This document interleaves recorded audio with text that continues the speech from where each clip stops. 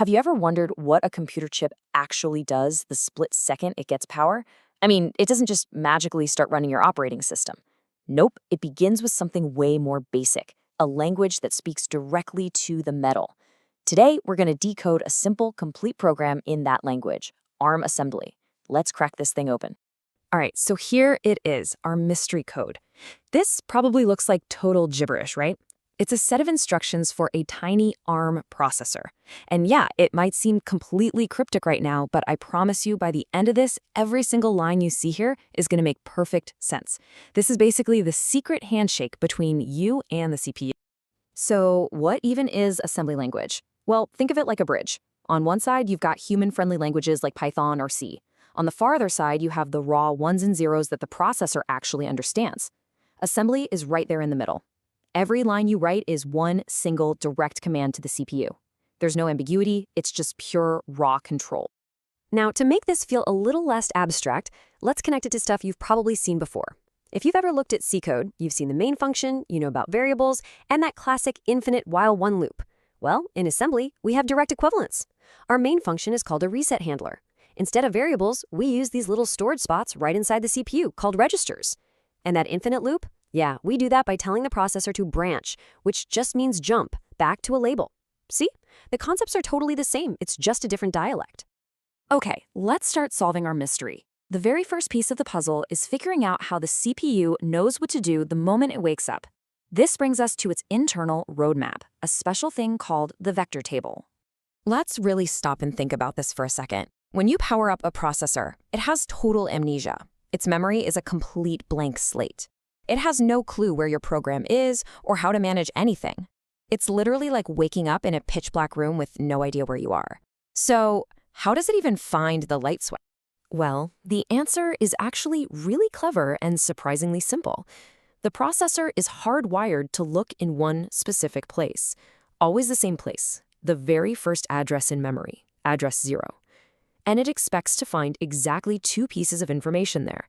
First, the location of its temporary memory, its scratch pad, and second, the address of the very first instruction it's supposed to run.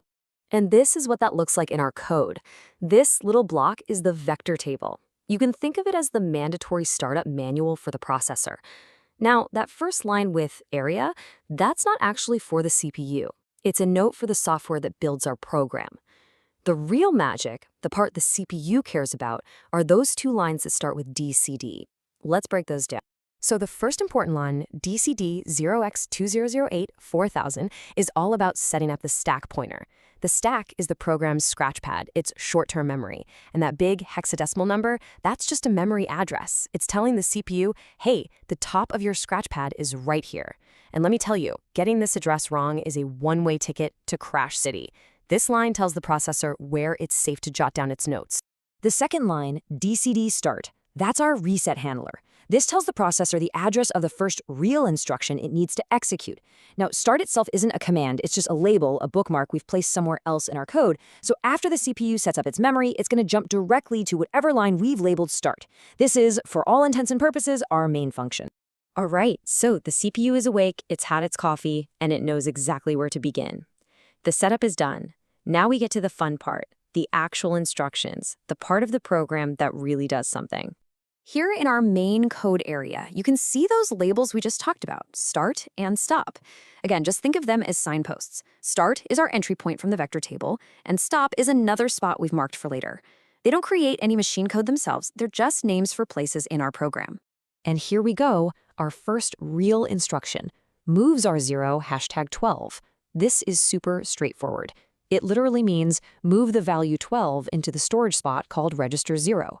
Remember, registers are the CPU's internal variables.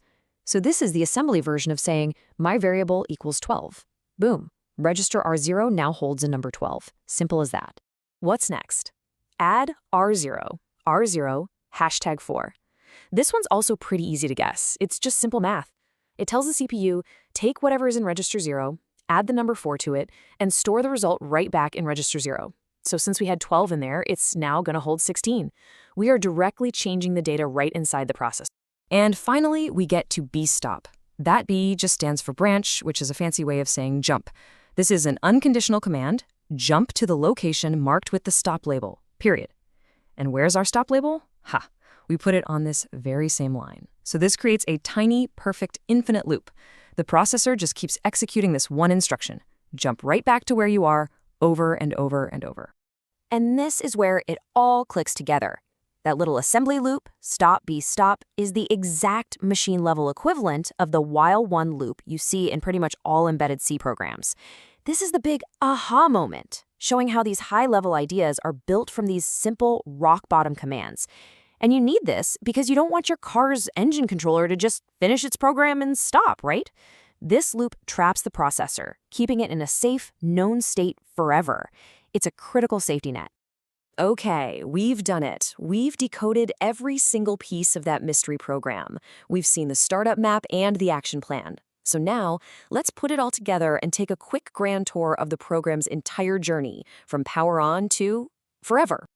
So here's our code one more time. Does it still look so cryptic? Hopefully not. You should be able to see the pattern now, right?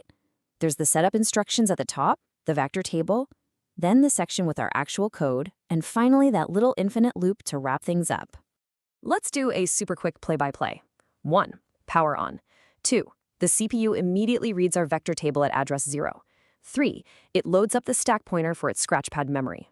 4. It finds the address of our start label and prepares to jump. And 5. It executes our code. It moves the 12, adds the 4, and then hits B-stop, where it loops for all eternity.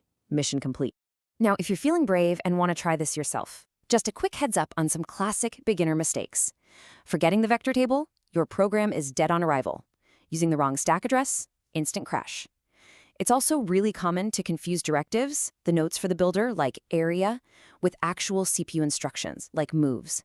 And finally, if you forget that infinite loop, the processor will run right off the end of your code and into the weeds. And then, all bets are off. So how do you avoid all that pain? Okay, this might be the most important takeaway of this entire explainer. Use a debugger. The debugger is your absolute best friend. It lets you step through your code one line at a time and literally watch the values inside the registers change. It's like having a tiny camera inside the CPU's brain. You don't have to guess what's happening, you can see it. Trust me, it's a total game changer. So there you have it. You've just decoded the language of the machine. You know how a processor wakes up, loads some data, does a little math, and then settles into a safe loop. You've seen the fundamental blueprint. So I'll leave you with a question. Now that you know the basics, what's the simplest, useful thing you'd want to command it to do next? Blink an LED? Read a button? The possibilities really do start right here.